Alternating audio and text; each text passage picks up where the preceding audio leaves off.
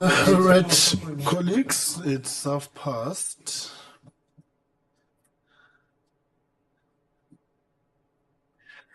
You will continue with that conversation in 2 minutes in light of what I'm about to say.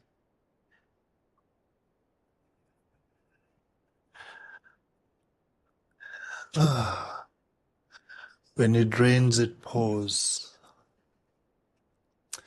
Colleagues, last night I was advised by the minister of her late arrival. Oh, sorry, good morning and welcome. I was advised by the minister that she would be arriving late due to a personal matter, but she's en route to Cape Town this morning. So she would be here at about 10:30.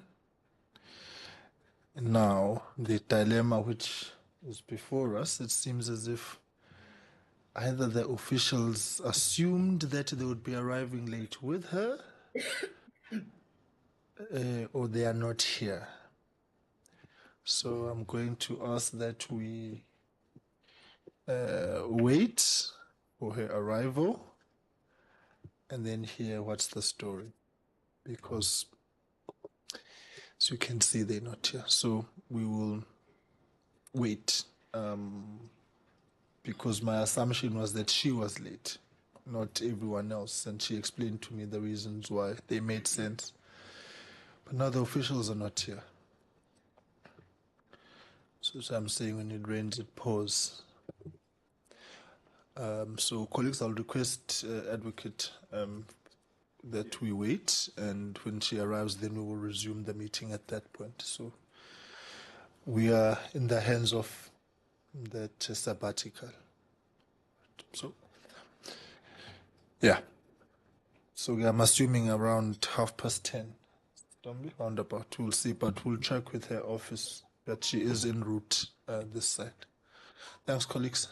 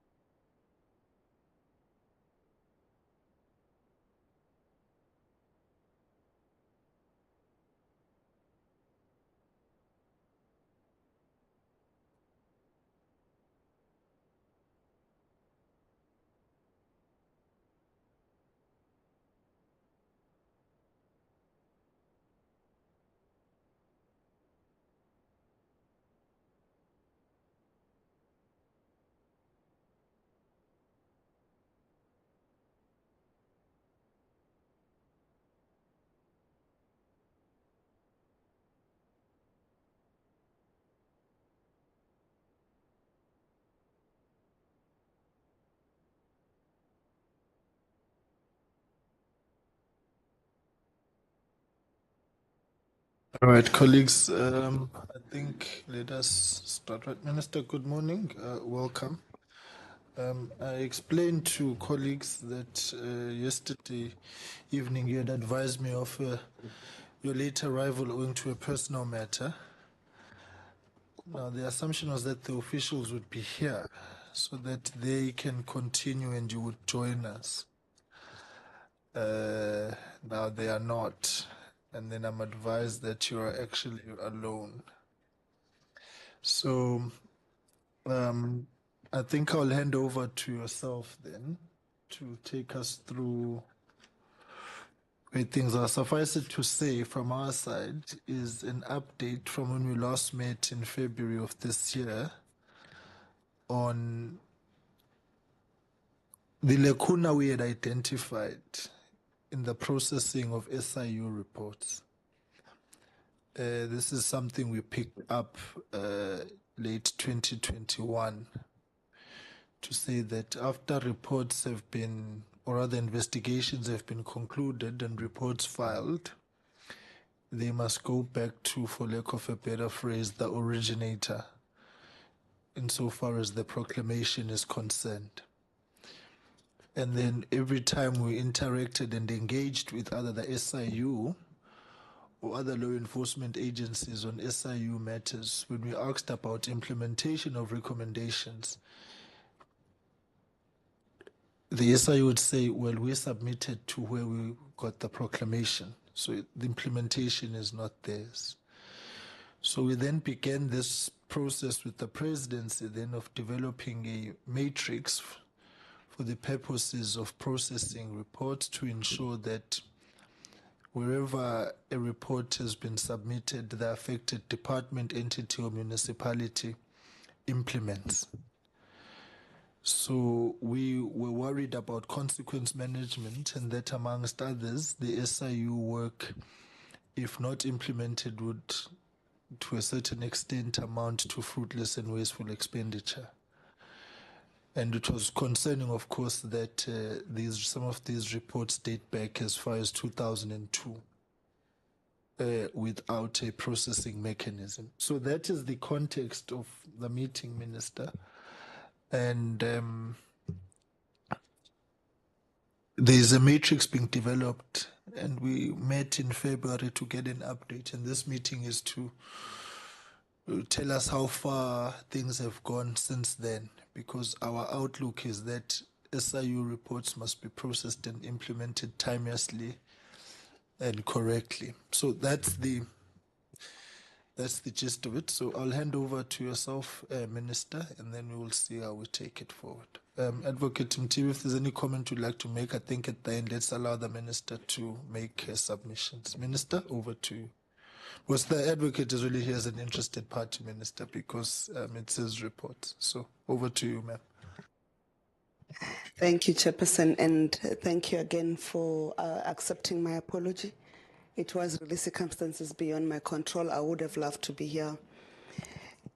Because yesterday it was not clear whether my personal situation was going to be resolved on time, the officials, given the reputation of the committee of not accepting them without the executive authority, they opted not to take the risk of booking flights to come through. But what had happened, Chairperson, and that's why I'm comfortable being here even when I'm on my own, is that when I joined the presidency in March, we had an instance in a meeting with the president and 2 provinces that we realized that the implementation of the SIU report is not moving at the pace that the president would have wanted to.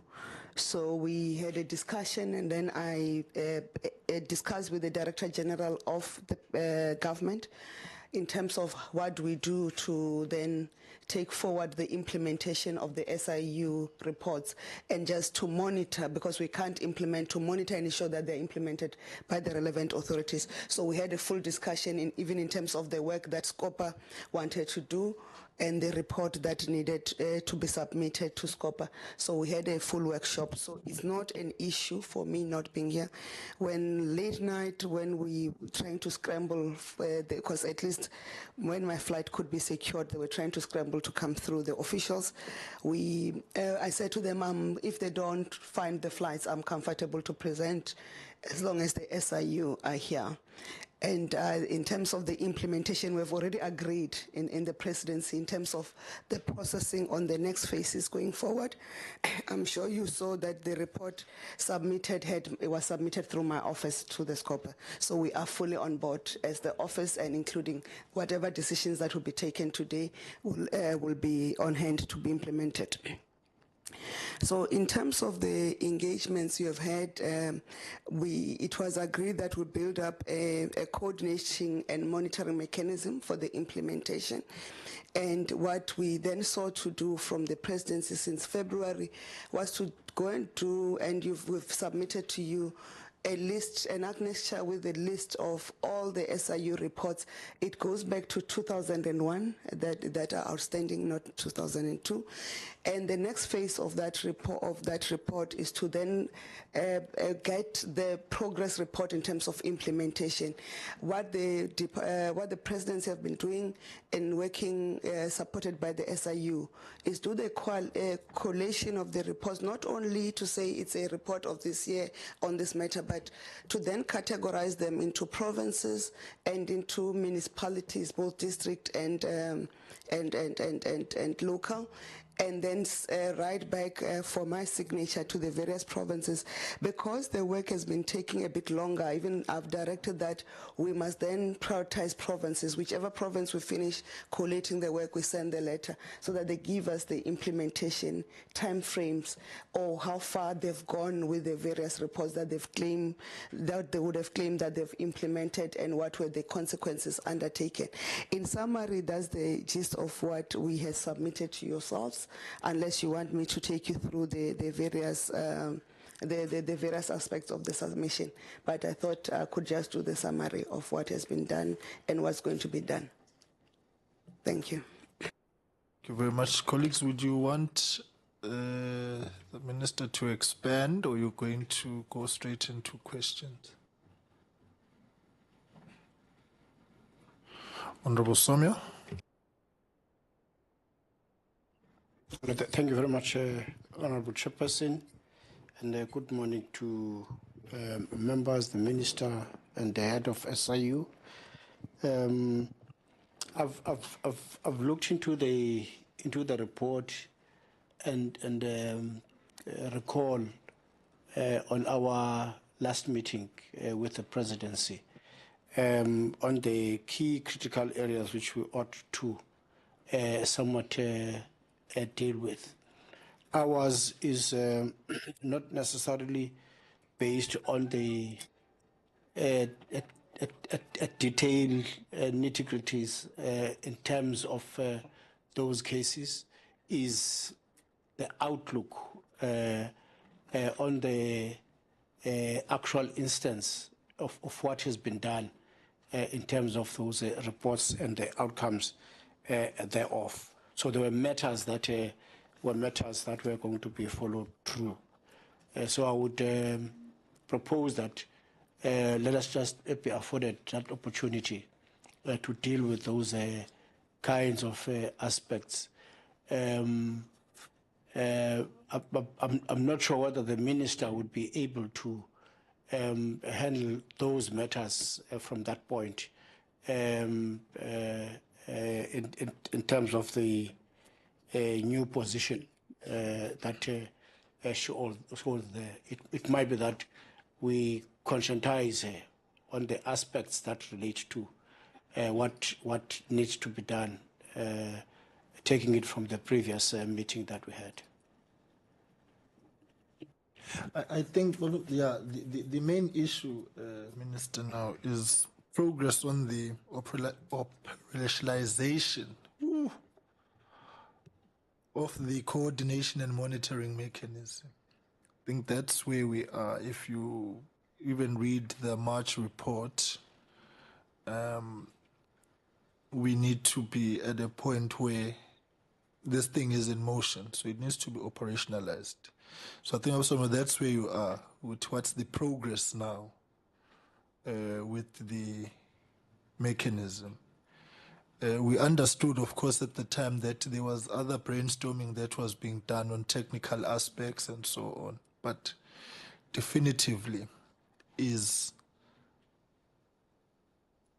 the traction and progress in that. All right, just stand by, Minister. Honorable Mkhonto.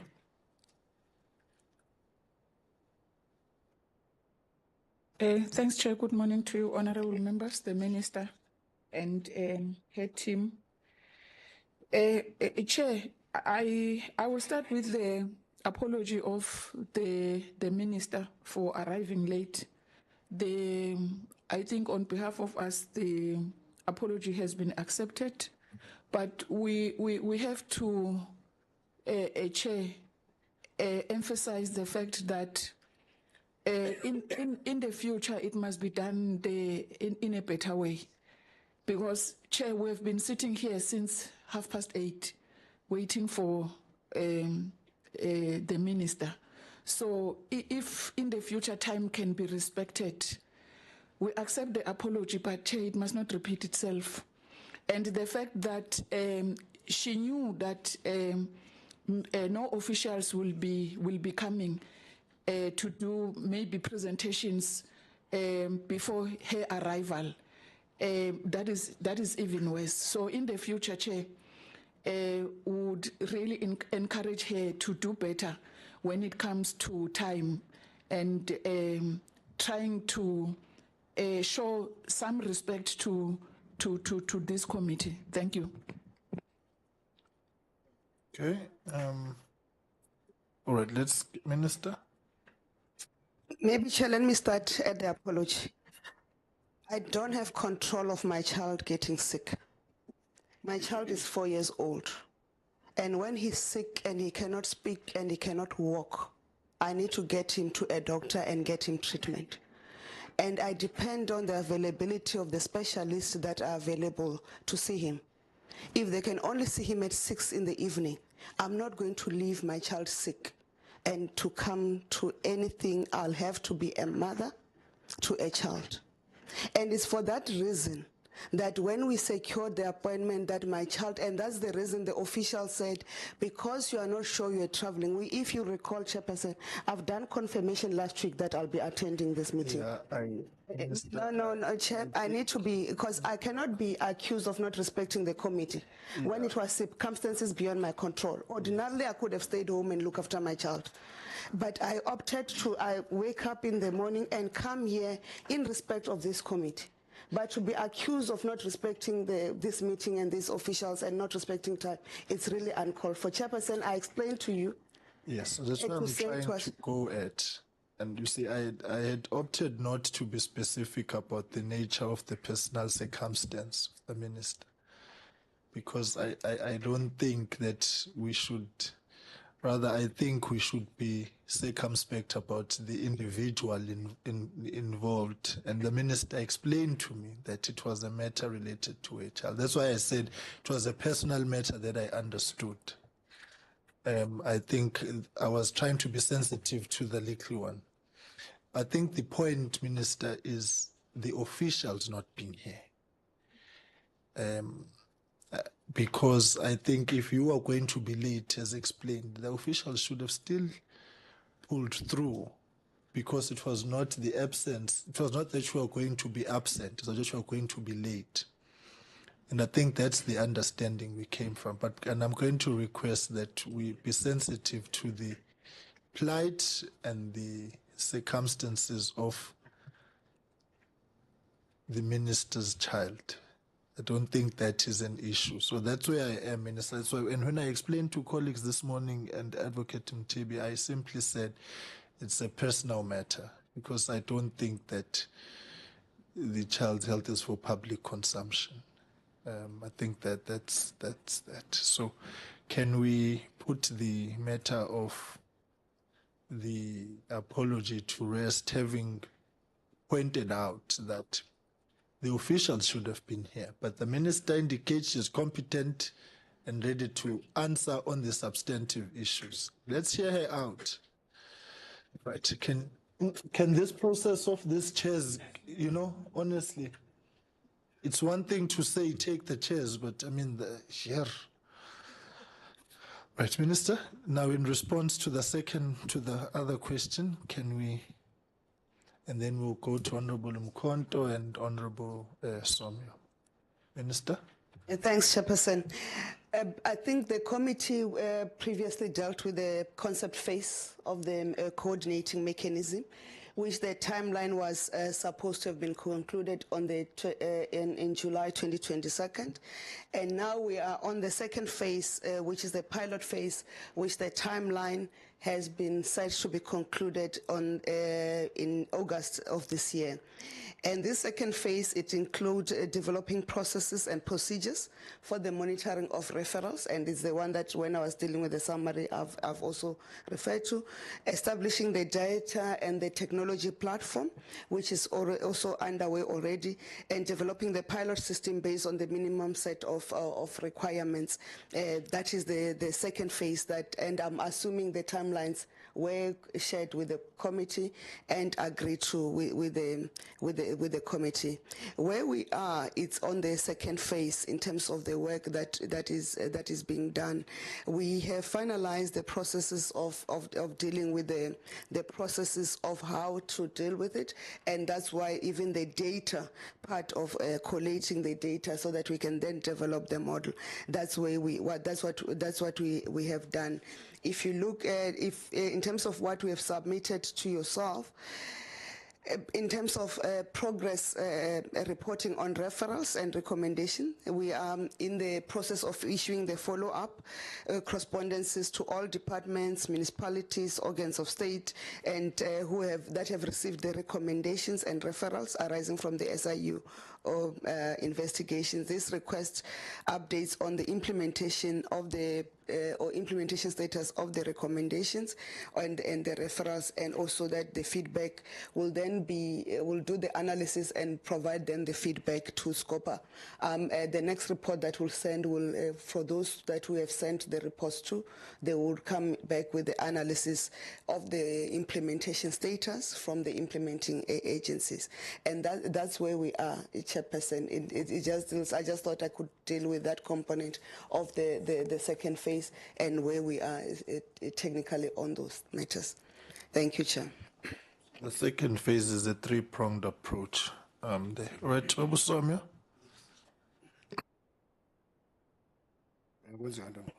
No, thanks, Minister, for those points. It's a key to the level and the scale of referrals. Is that if you would appreciate the work done by the SIU flows into various agencies, and if you want to equate the sense of attendance to those kinds of referrals, the appetite seemed to be far less than it would have been in terms of the findings going forward. For example, if you look into referrals to the NPA, as a matter of example, on the specific areas that reflect the PPE investigations, the President, anticipating that there might be some kind of challenges of accountability. One approach is the Office of the Auditor General to do what was termed at the time real-time auditing. And the result of such would go through a structural arrangement which would consist of a number of role players, mainly those agencies which ought to be working together around those matters. And that kind of initiative was a very good focused initiative around those areas, which is so appreciable. But when the attendance on such on the SIU side is a fast-tracked, rolled into results and some kind of experiences in that area, and today we stand at such a totality of referrals, 346 referrals. And that 346 referrals, in terms of the actual attendance, the result is flat in a way, which sought to say some kind of reform which is going to assist to match that kind of a speed, which has been an intention of the establishment of such institutional link on those who were involved at the time, would have necessitated some kind of a fast-track attendance by those institutions on those matters that relate to PPE. But the result is somewhat an opposite. And therefore, through our own thought processes, we felt that no, man, let's find a way of trying to ensure that something happens in as far as these matters are concerned. And then the Office of the President ought to be hard fast on these matters. The second element would have been, if you look into the similar reports, you'll find out that the SIU would say to us, we have made findings which have been referred to various provinces, and the actions are supposed to be taken at that level. They made an example of one matter which involved an HOD who was found, HOD department, which was found on the wrong side in that instance, which was relating to the PPEs as well. And what they said, they have made reference to the Premier's office, with the Premier about those matters. That HOD was moved from the department to the office of the Premier, though the SIU has made findings on that HOD, something which has elicited some form of a doubt, level of doubt, in as far as the respect of those kinds of investigations, findings, actions, which were pertinent into our form of wanting to work together with a presidency to try to find a sense of coordination, sense of speed, sense of respect into what the SIU has done. So the level now seeks to say, how are other institutions take those reports as referred to them for action, and the same reports as referred to the presidency to say, I signed these proclamations, here are the outcomes, and based on those outcomes, where are the results around those findings? So we are urging off in terms of wanting to ensure that something is done around those matters. The SIU is with us here every now and then when we deal with these matters. And when they are here, the visible side of edginess in wanting to do right, referrals on matters which they finalize, but the lackluster actions which are taken after finalization of such reports and findings. And you find out that those who are involved on such, there's absolutely no action taken. ESCOM is a clear example, where thousands of officials would be found to be on the other side of the law. Officials in ESCOM, thousands and thousands. I think now we're still at about 5,000 of those officials. But the actions to be taken by the institutions at the time of referrals, you find that there is a very slow, lackluster attendance into such. Then the necessity of the actions which are going to be visibly working towards finding solution in as far as the drive of the SIU is concerned. So that's the matter. And lastly, for me, is that I hope that your son will be recover in whatever form. Yes, indeed, it's a motive aspect which we should show respect to as a mother to attend to matters that relate to the family. Is one of the critical areas.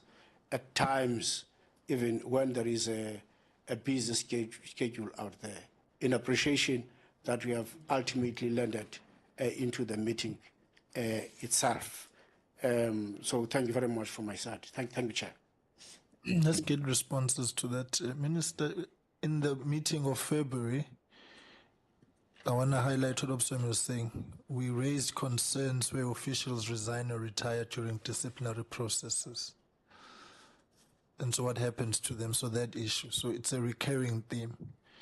Moreover, in February, Presidency indicated that you had issued correspondence to all affected institutions asking the question, why were accounting officers failing to act or on the issues that had been raised? And so the issue is then, what were the responses to those? Because the pilot project is one, but you had already taken action in certain instances. And so where are the responses? eThekwini has got 75 referrals for disciplinary processes, 75. Followed by the Department of Education in Limpopo with 36 referrals. So I'm just underscoring what Babu Somi was saying. So if we can get responses to that, and then I'm going to stand by, and then Abu Bukis. Thanks, Chairperson. Maybe let me start at the parts that you have raised now in terms of where there have been referrals and there have been, in general, non-implementation in areas where we've written. Majority of provinces have claimed that they've implemented. So we then said that's why when I opened to say the discussions, and I can give you an example, we were discussing Limpopo and KZN. And in particular, there was a claim that the referrals have been and recommendations have been implemented, so forth. And we said, but we have not seen the implementation, and at least a reporting back of when we have implemented that referral, what is that outcome of that implementation? And that's what we then resolved, that as the Presidency, we're going to follow up on it to make sure that we get a concrete report. The fact that people claim that they have implemented is not sufficient. We want to know when were the disciplinary cases, what is the outcome of the disciplinary case as it pertains to that specific official. And on the second matter you have raised, which was your first matter, you raised the concerns about officials resigning and retiring during disciplinary process. It is a matter that we have taken up with the Public Service and Administration in terms of part of the work they're doing on modernizing and professionalizing the public service. To say, I don't know, in fact, it's common knowledge that disciplinary hearings in government can take anything from a year to 2 years to 3 years, whilst people stay home and they get their salaries.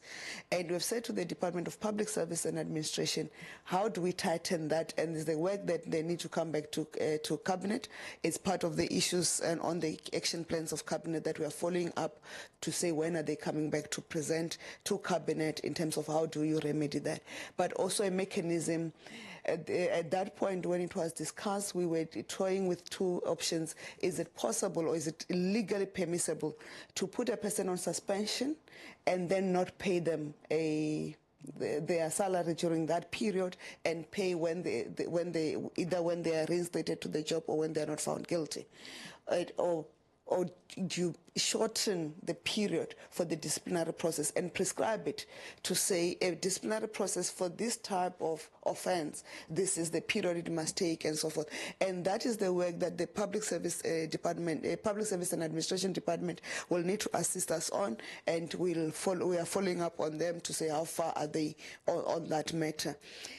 And in terms of the matters that have been raised by Honorable Somio, The scope and magnitude of the work on PPE, the more than 300 referrals, that's why in terms of the submission we've put to this committee, we're saying, given the magnitude, we would be unfair to say we'll report on it on a monthly basis like we are reporting on others, but we have proposed that we report on them on a quarterly basis and the follow-up thereof. We do the follow-up so that we can have an impactful report on the quarterly basis. And the issue that you have raised, it's somehow covered on the slow pace of disciplinary action, the resignation and retirement of officials when they've been charged on the disciplinary process have been initiated, but also we share the same sentiment from the presidency to say the work of the SIU cannot just be reduced to a report that gets filed in some cabinet without any consequence, and an official is moved from one department to the other, one province to the other, and one municipality to the other without consequence. And that's why the exercise that we did in the first phase of compiling the list of saying this is where they are and also starting to follow up on them, it's enabling us to trace where the implementation is. What I can assure this committee is that we are going to, even though we have a target of by when we want to complete it, we are going to try to bring the targets faster and quicker. And that's why we're saying, how do we process them as quick as possible? How do we follow them up as quick as possible? And in the presidency, these matters are dealt with at the most highest level. And why is it important for us? If you recall, part of the FATF, the grey listing of government, it's part of the high levels of corruption. So if we are not and the seemingly inaction in addressing the corruption, whereas the SIU are doing their work and giving us reports, it's only when those reports are implemented collectively across government agencies and institutions as quick as possible that our reputation as a corrupt country will then start to diminish. So we are working with you. I'm just hoping that when we have come back and said we have sent a list implementation to these provinces in terms of them giving us their progress status in terms of implementation, when they are not implementing, given that SCOPA has equivalent committees in the legislatures, I'm hoping that you'll assist us to work with the relevant legislature committees to hold the provinces to account so that it can be a joint effort. And the team, we are having a briefing sometime next week with the team in terms of which provinces that we have sent and they are not really being responsive, so that we can also follow up. Some of them we may have to come together here to SCOPA to report that we have sent them or their responses are not satisfactory. We are hoping of that partnership, and I must express, Chairperson, we appreciate the partnership in terms of implementing the recommendations and referrals of SCOPA, and you'll have our fullest cooperation, and that's why we are trying to, though we have set targets, we're trying to move as fast as possible. Thank you much. I don't know, colleagues, we've got APEC in July, ne? The Association of Public Accounts. We're meeting in July in Durban for 3 days. I think let's raise this matter there, and then maybe if, Minister, what we can do is, if possible, we can try and secure a slot. If we can look at it with our administration, with the Apex administration, and then maybe get your team, or even if yourself you're available, we can coordinate, because all of us will be there to begin the discussion. So I think that let's make use of the APEC 3-day conference, because we'll all be there, and then and see how we can respond to this particular aspect. So I think that one is maybe a step in the right direction. We'll communicate details with yourself, Minister, and then if you're available or anybody in your team, we can secure a slot just to address this critical aspect of the implementation of the reports, because 37% of the SIU reports are with provinces, and 26% is with local government. So you can see that a large chunk of it is located there. All right, Honorable Mkondo.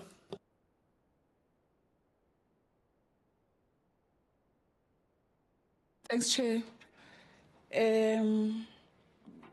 Chair, I'm not intending to go back to my initial presentation, but I'm a mother myself. And if we have a minister, it means she has colleagues, she has people that she's working with. So let me now go to my questions. Chair, it is public knowledge that as much as even according to this report from the minister, a lot of funds have been retrieved, initiated by the SIU, but it's public knowledge that the SIU is owed a lot of money by public institutions, SOEs, municipalities, and so forth. And as to, is there anything as an intervention that the minister can do to make sure that the SIU is paid accordingly for them to be able to execute their duties? And to check, Chair, if the minister has anything to do with the performance of scopers at provincial level and the MPEX at a municipal level, because I think those committees are very crucial in ensuring that the implementation of the reports from the SIU is done. Are they up to, are they formed, constituted according to the constitution of this country? First of all, are they able to execute their duties optimally? Thanks, Chair. This is to that, and then Honorable Bucas, you'll be next. Thanks, Chair. I'll invite the head of the SIU to speak on the payment thing, and maybe he must speak, and then I can then deal with the matter. But in fact, maybe let me deal with the matter of the provincial scopers and MPEX. I think for me, that is the request that I've made, and which you had already addressed to say in July you've got the APAC meeting to get that performance. The separation of powers does not allow us to dictate to the provincial legislatures and on their performance of their duties, more especially the scope is the same. We cannot dictate to this committee, but we can only plead with this committee as the overarching committee of the legislatures, as the National Assembly Committee, that we help coordinate, which the mechanism of APAC is that coordination, and we are looking forward to that collaboration. But we are available, Chair, as you have indicated, to come to July, but also to go and engage to the provincial, the relevant committees in the provincial legislatures. It's just that it may be time consuming for all of us, but the arrangement that you have proposed works much better, because I'm sure at that conference you could even agree on a mechanism of how to coordinate the work that is transversal in nature. With that, Chair, and with your permission, may I invite Advocate Mutibi to speak about the SIU payment matter. No, thank you, Minister. Thank you, Chair and honourable members. We do confirm that SIU is owed quite a material and significant amount by state institutions, and we've reported before. We have implemented a debt recovery project. And we could probably submit that after this meeting to SCOPA so that you could see the scope of the project and the timelines. So what are we doing in that project? We are approaching the state institutions that owe money to say we've been submitting progress reports during the investigations which would show you what are the outcomes of the investigation and so on, so that their CFOs, when they look at this, they could see what is it that the state institutions are build on and I would be paying for. So once we have done that and they're satisfied, we would then say, when are you going to pay? So we've got a timeline that we give them. So at the end of the timeline, the project plan envisages the follows. If the accounting authorities still do not pay, then there's an escalation mechanism. We will be escalating in terms of our project to the presidency, and of course to our Minister of Justice and Correctional Services, and then we'll probably present at the time to say this is where we are. We're hitting a brick wall with these state institutions. We require some intervention. Once that intervention is done, and we did say it could also involve, our minister did at some point indicate that it could involve, presenting to cabinet, so that the executive authorities of these state institutions, at least those who are in cabinet, because some of them are in the provinces, as you correctly say, Chair and the Minister. So for those at least who are in cabinet, we'll present, just so that we would like to see accountability at that level, so that monies could be paid back, and the same could be done, the escalation process on the provinces and local government. So that project has got specific timelines, and we would like to see SIU monies recovered. So the team in SIU was even indicating that is there no opportunity to litigate to recover. So because of the intergovernmental regulations and legislation, this project envisages that and takes that into account, that we cannot really just litigate forthright without following that process. But once that process is exhausted, we should see the results. As I say, we'll send the project plan to SCOPA so that you could see where is it, and then on an ongoing basis, we could report on that. Thanks. Thank you very much. But if Babu Mtibi is speaking about coming to cabinet, what we can tell you here now is that government departments owe the SAU some 986 million rands. So I think it's a matter which, because he's indicating he has reported before. And we're going to National Treasury next week. We may have a discussion about ensuring that the SIU is paid and getting that money off the baseline budgets of these departments over the MTEF. Because it's a hindrance. You see, if the SIU's resources are constrained. So it's 986 million rands, Minister. So if you can share with your colleagues in cabinet, and then we transcend it to, of course, the provinces and the municipalities. But in total, that's where it is. Minister?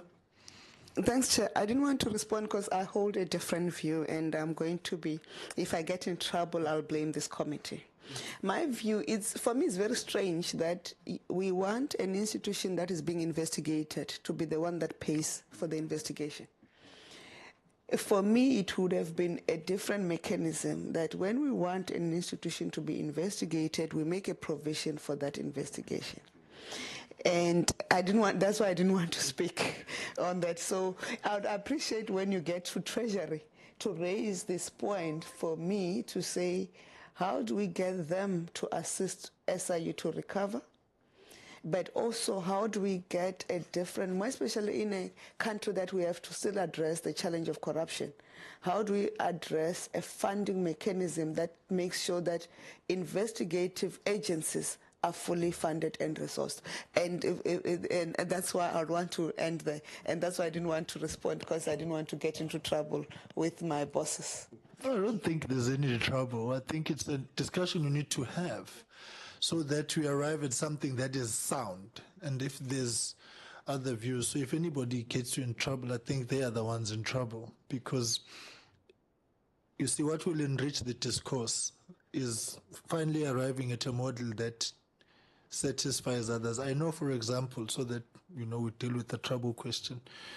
We had one instance here where we recommended that the SIU must investigate, right, a matter. And that minister and department said, no, you can't prescribe for me who to investigate.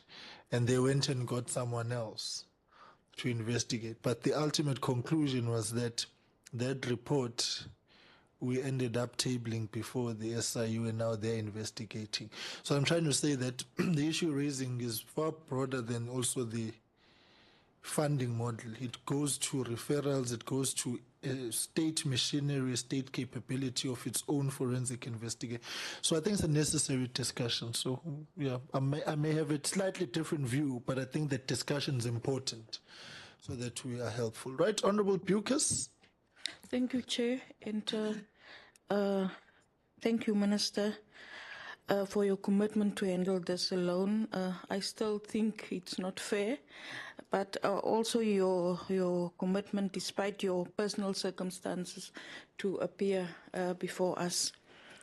Chair, my first one is on I hear the Minister and I read in the document that they are on the second phase of the establishment of that structure. Now, my question is, Chair, whilst you are busy with the establishment, how did you ensure, in the meantime, effective monitoring and implementing of the referrals? Then, this coordination and monitoring mechanism system, Minister, how sure are you that the specific model or system that you want to set up will be effective? Is it best practices from somewhere, or is it tested somewhere? My concern is also the period, Chair, from receiving at the presidency from the SIU, I'm per se ICU, SIU. We're going to be far off the mark as well. From the SIU and releasing to stakeholders. Is there a specific time frame for referring it to stakeholders? And are there a dedicated unit or a person who deal with it in the presidency? And when sending the referrals to departments and organs of state, are you putting a time frame for them to respond? And after how long are you following up on the response from departments? And are there culprits? Are there specific departments of organs of state who are not responding to the presidency? I think, Chair, there's a long list of proclamations, and the Minister also speak to that it's from 2001 also. Why is it taking so long?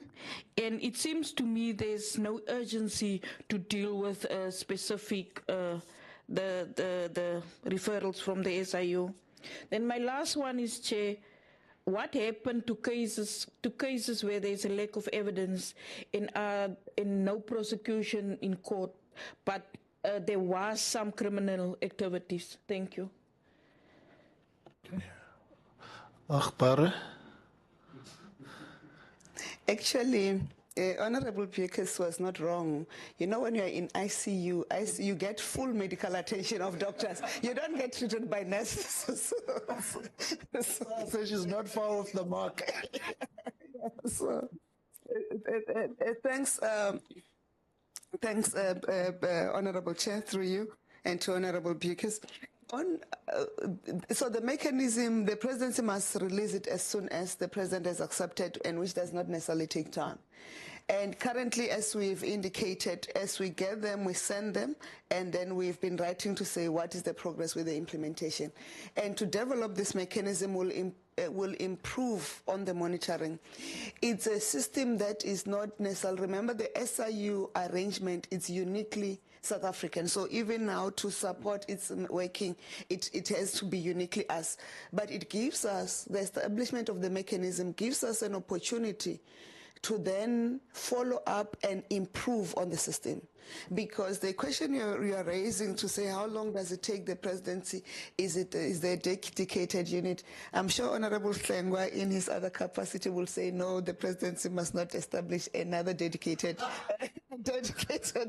unit. Is true. Yeah, I leave it there, Chair. No need to explain, no need to rebut it. And then But where I'm sitting, I'm saying as part of the lessons that we are learning and improving the system, shouldn't we have an engagement about that as soon as the president accepts the report, so they have accepted the report, because remember, is they going to and fro where the parties have to be given an opportunity to clarify their own positions, and then the SIU finalizes, the president goes through it and accepts. As soon as the president accepts the report, won't it be easier if the SIU can also send directly to the affected parties?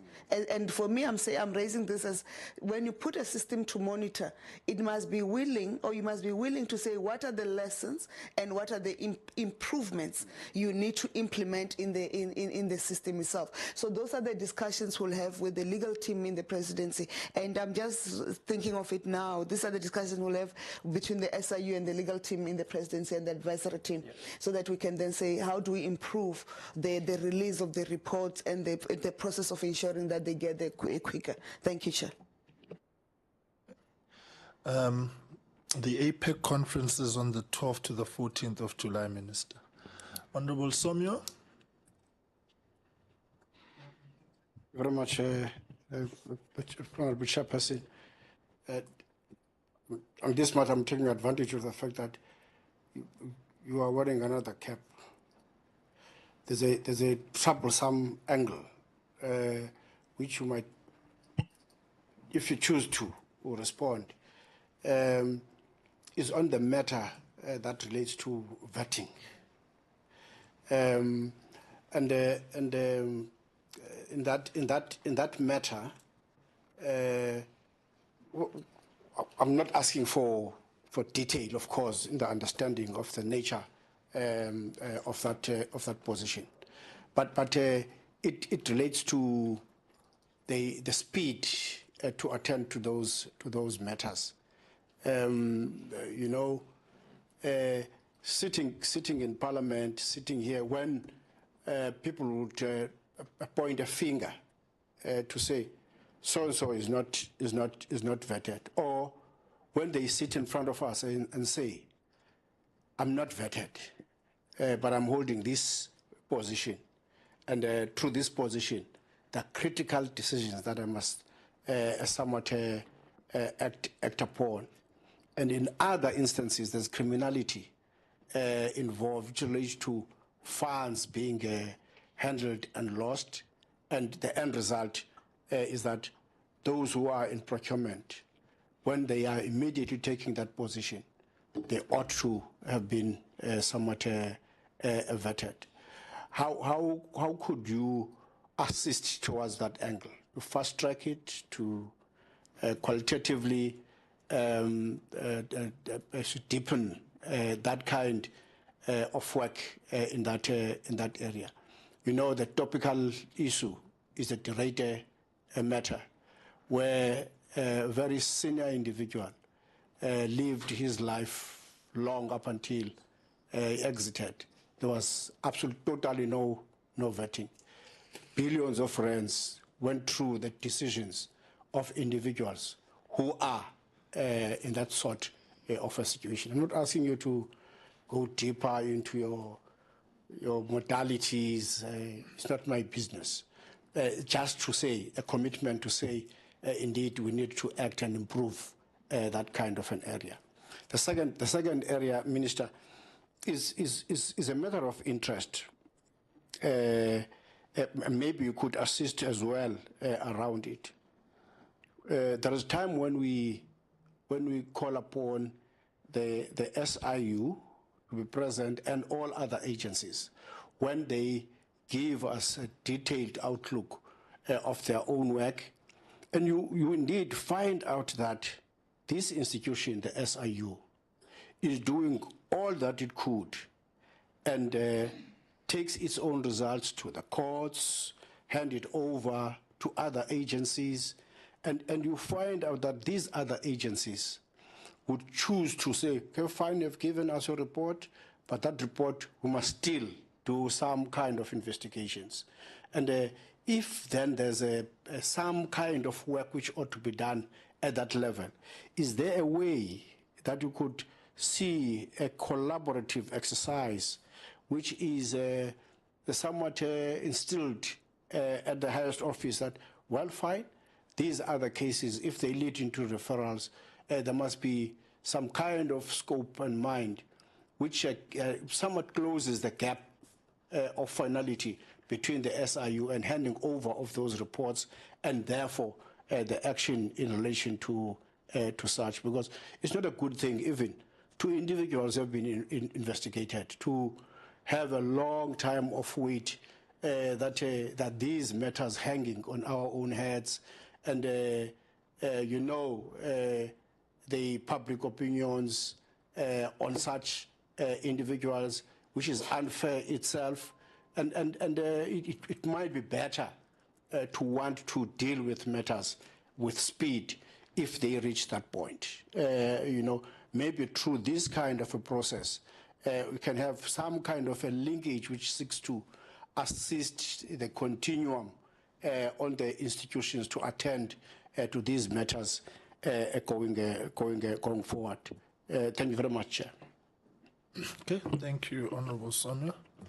Vetting Minister, Cabinet decision of 2014 that all persons in the SCM space must be vetted. Our only issue is the progress, because it's fundamentally linked to the issue we're discussing, because all we want is the building in of mechanisms to push back on the frontiers of corruption with ultimate eradication. And we've not received particular sense of joy on vetting. And you see, when Honorable Somya raises the issue of Mr. Derrida, it may be a past matter, but it's become a perennial headache for us here as we grapple with the ESCOM question. And we've got a oversight even next week on ESCOM-related matters. Intelligence information gathered by people who are not vetted. Now, your problem becomes complicated when your National Commissioner of Police is not vetted.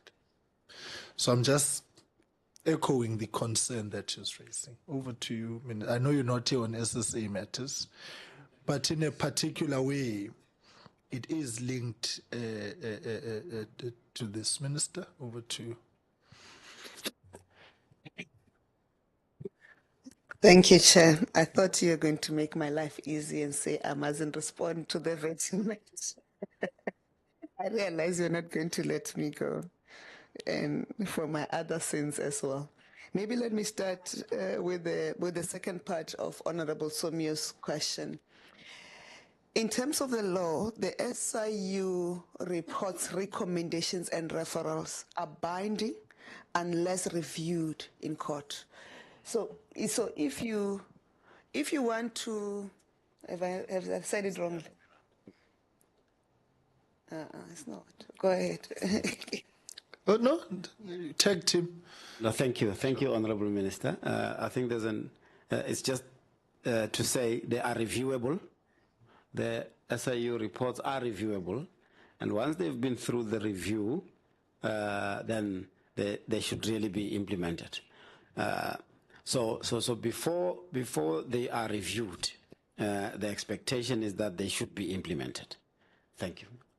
Yeah. No, I was correct. They are binding unless reviewed in court. So if you don't want to implement an SIU referral or recommendation, it means you must take it to court to have it reviewed.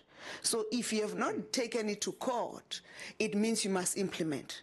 Therefore, you cannot sit with an SIU recommendation or referral for months to no end unless you have taken it to court to review. And in terms of the law, there are time frames of when you receive a report, what is the time period that you must take the matter to court to review. So there can't be a recommendation today and you say, no, I'm still considering taking it to court, and you decide to take it to court in 2025. That is not how the law applies in terms of reviewing matters, because that's why if you have to go late, you must apply for a condonation for that matter, for the court to condone you to submit that matter at a late period. So for everybody who has received an organ of state, a municipality, a department, an SOE, whatever form or content that are within the purview and mandate of the SIU, if they've received a report, ordinarily in a maximum of 3 months, they must implement the recommendation. If they don't want to implement the recommendation within that 3 months period, they must then have started the process of taking the matter to court for them to be reviewed. So you cannot, there's no excuse of why anyone who has a referral or recommendation has not implemented on the guys that they're going to court. So you only go to court when you're not happy. So if you have not gone to court, you have accepted the recommendation.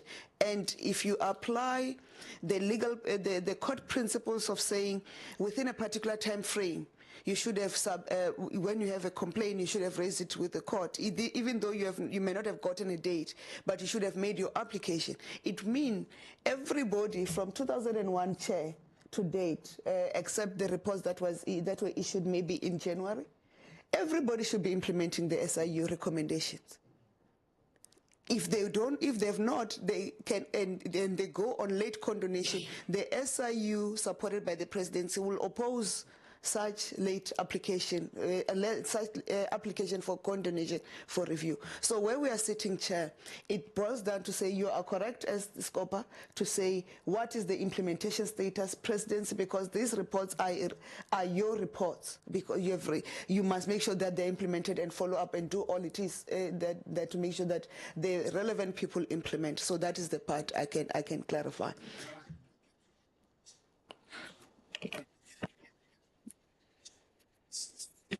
Agree with it at that level.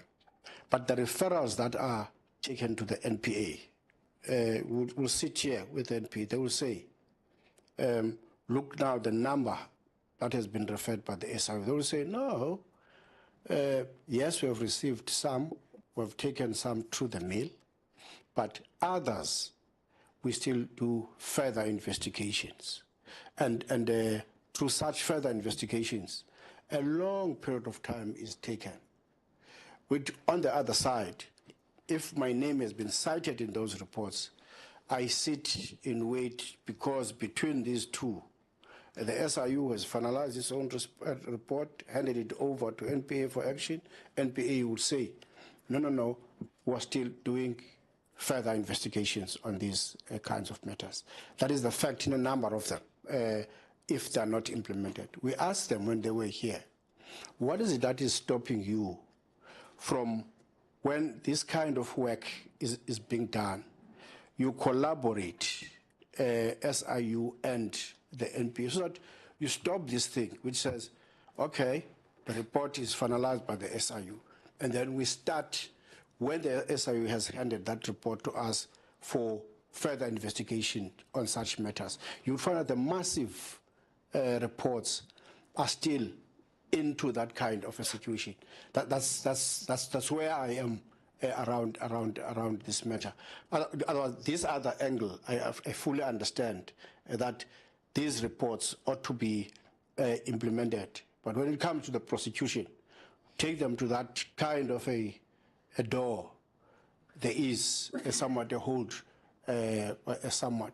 So it needs some kind of a hand to begin to want to work that kind of collaborative exercise between the two, so that there's absolutely no time lapse in as far as the expectation of justice from the parties involved going forward one way or the other.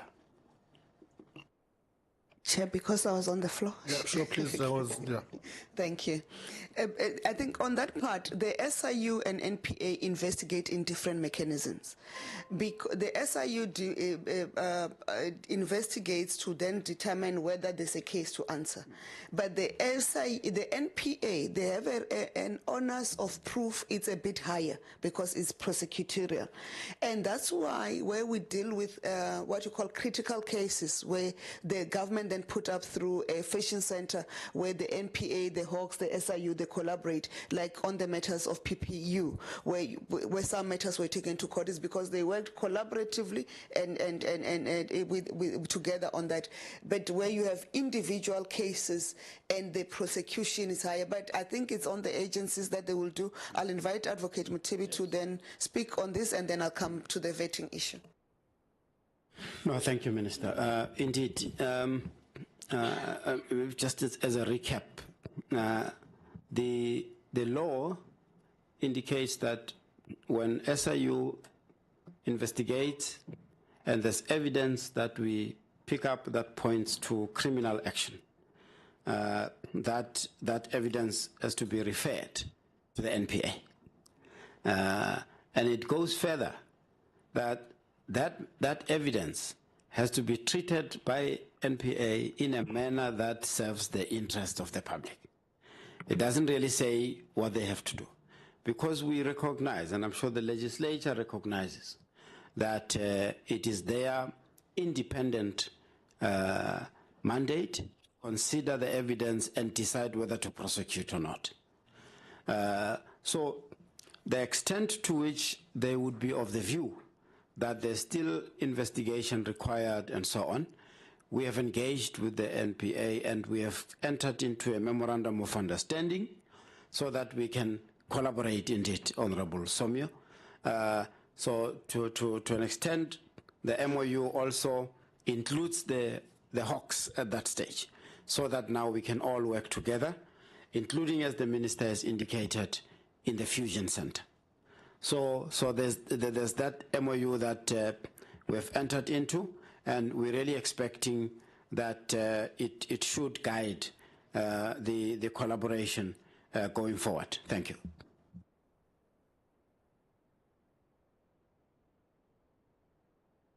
On the vetting matter,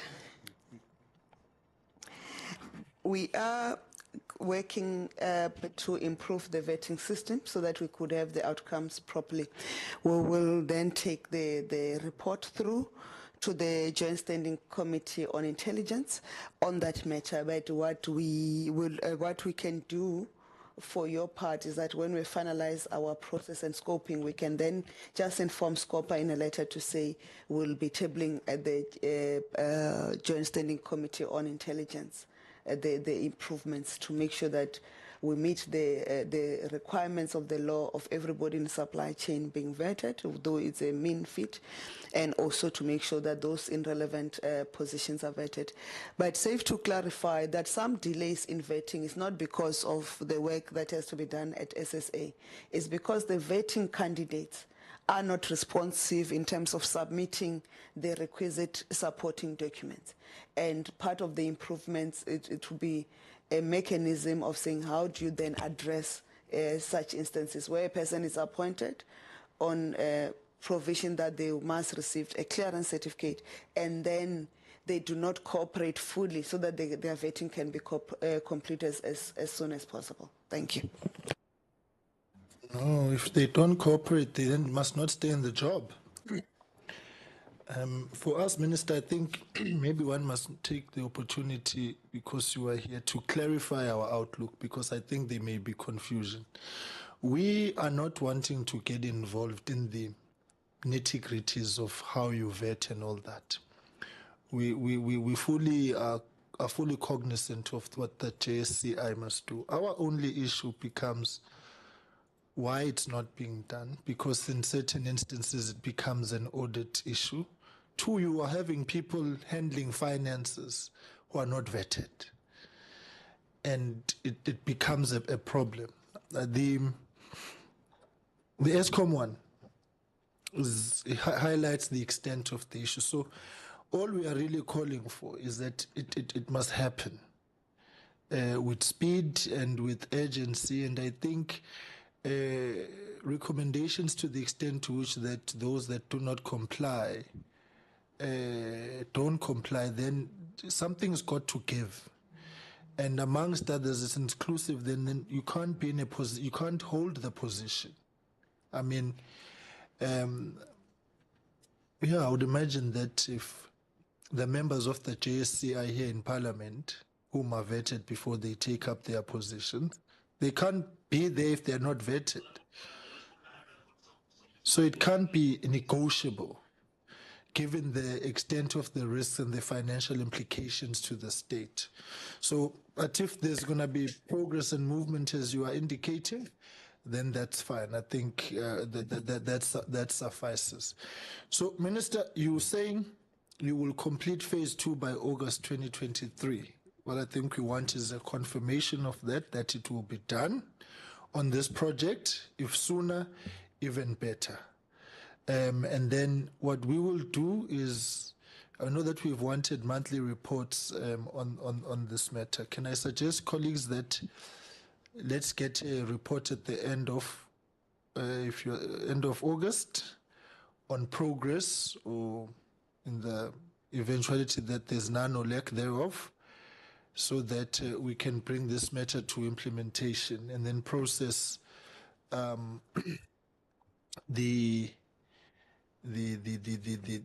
reports accordingly. And then, as I've indicated, the dates of APEC, we will send a letter to APEC ourselves today, and then the availability of the presidency in whatever construct it will determine, to then have an opportunity to engage with APEC in that regard. It will be helpful. So I think the last thing on our side, colleagues, is a confirmation from the minister to us on the timelines on this, because we fundamentally believe this thing is elementary, so we shouldn't really be pursuing it to the extent that we are, but at the same time it's important.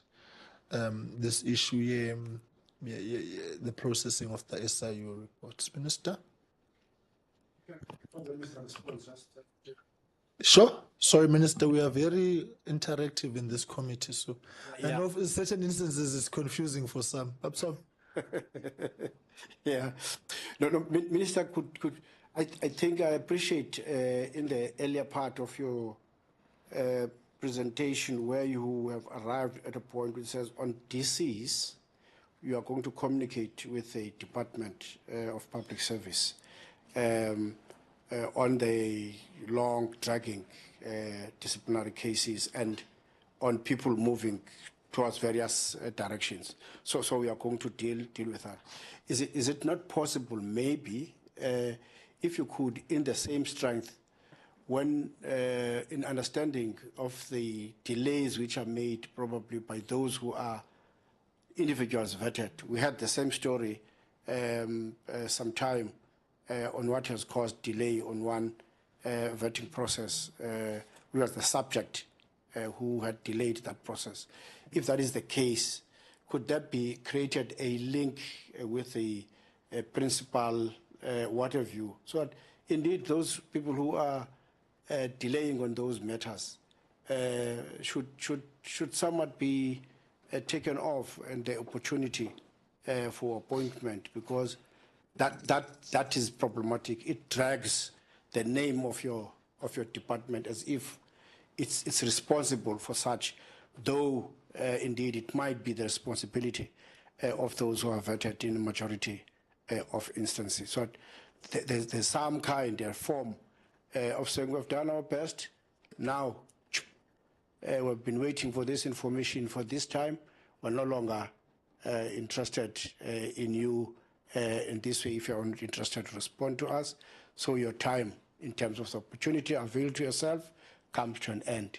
If there can be some kind of information around that, and then lastly would be that if indeed we've now we're closing the term, there's one institution that we have gave time to look into, to assist, to work together, to understand, which has a myriad of such instances, ESCOM. If indeed in your endeavors you could probably prioritize them, don't look into the country over, but they are an institution which needs some form of an eye beyond what is being done. So some form of priority should get deeper there.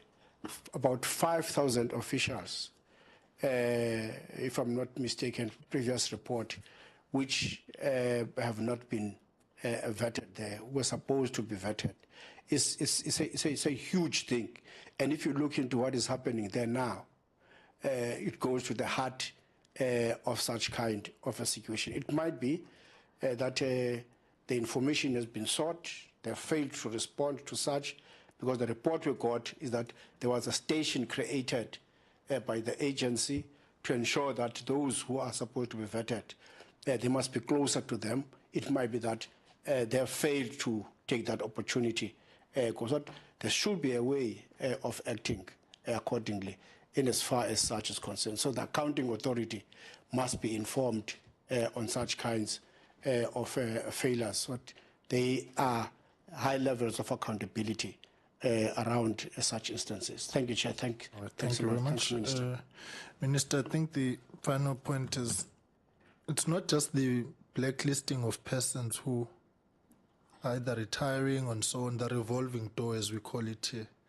It's also around companies. But the major issue is that companies, whilst they are a legal entity, there's people behind them. So shutting one company down but not shutting down the individual behind the corruption in the company is also a problem. So our blacklisting dilemma goes to that extent. Over to you, ma'am. Thank you. On the APEC conference in July, I hereby confirm that the presidency will participate in a form or the other, but the presidency will participate to deal with these matters. On the completion date of August, we are hereby confirm that we will complete in August. My preference would be earlier, but we'll want to stick with August for the purpose. And I must really appreciate your generosity in allowing us to bring the report in August. It gives us space to do some work. Thank you. And in terms of, then I'm reconfirming the recommendation, the proposal that I've said we are following up with public service and administration on the disciplinary process and mechanisms and how it should be done. After my conference with the minister relevant, we can update the chair on what is our proposal going forward in that space. On vetting, we are going on recess as members of parliament for a period. I want to confirm that as we come back from recess in August, in end of August. Yeah, by that time we should have submitted our proposal to the JCSI. If not that time, but definitely by end of September, which is end of the second quarter, we would have submitted our proposal on what to do. And the proposal, Chair, is not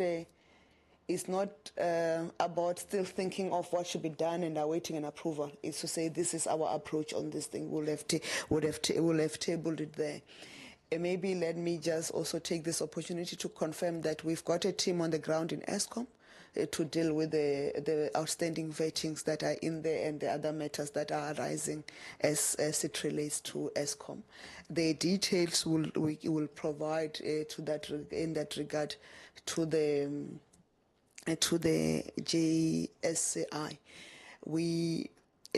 And on the matter of specific interest to this committee around the finance officials and the SCM officials, can I propose that in one form or the other, in a manner that is acceptable in how we work, the presidency should be able to indicate what are the timelines we're looking at, or what are the proposals or mechanism we're looking at on SCM officials and finance officials as the presidency, not as the SSA, but as the presidency, because presidency has a responsibility to coordinate the work, including working with the Public Service Administration and the National Treasury as the custodian of that, because part of the work that is being done by the National Treasury is the competencies of CFOs across the spheres of government. So we should be able to bring back that report collectively in end of September, Chairperson. But I'd like to thank you. No, I think that would be a fair compromise. I think it's a massive step from where we've been, and I think that is acceptable. So I think we are quite comfortable with that. All right, Minister, let me take this opportunity to thank you for the update. It's just that this matter for us is very important of the SIU investigations. And so that's why we're keeping it on a short leash, for lack of a better phrase, because it's just very, very crucial for functionality. Minister, I want to thank you very much for appearing. TV? Okay, sure. See, TV knows how we operate. Before the minister, Yeah. after the minister, but there's just a point that you raised, Chair, around the blacklisting.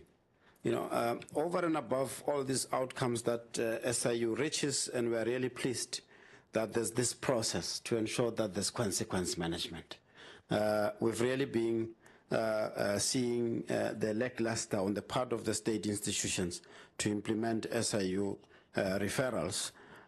So this process by the presidency led by the minister will really go a long way in ensuring that. So on the blacklisting side, indeed, it's correct that when we do a referral to the state institutions for blacklisting, has to a large extent be focusing on companies, but the point of the directors, we need to take that into account, because what they do, the company gets blacklisted and they go out and resurface in a different entity. So we need to make sure that that part is covered.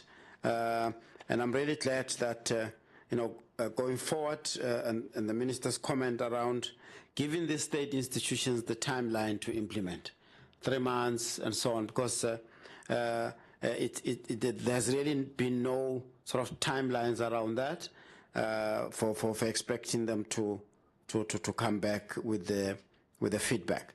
But I need to really just say, because we are part from SIU, part of this process, and we input at the presidency.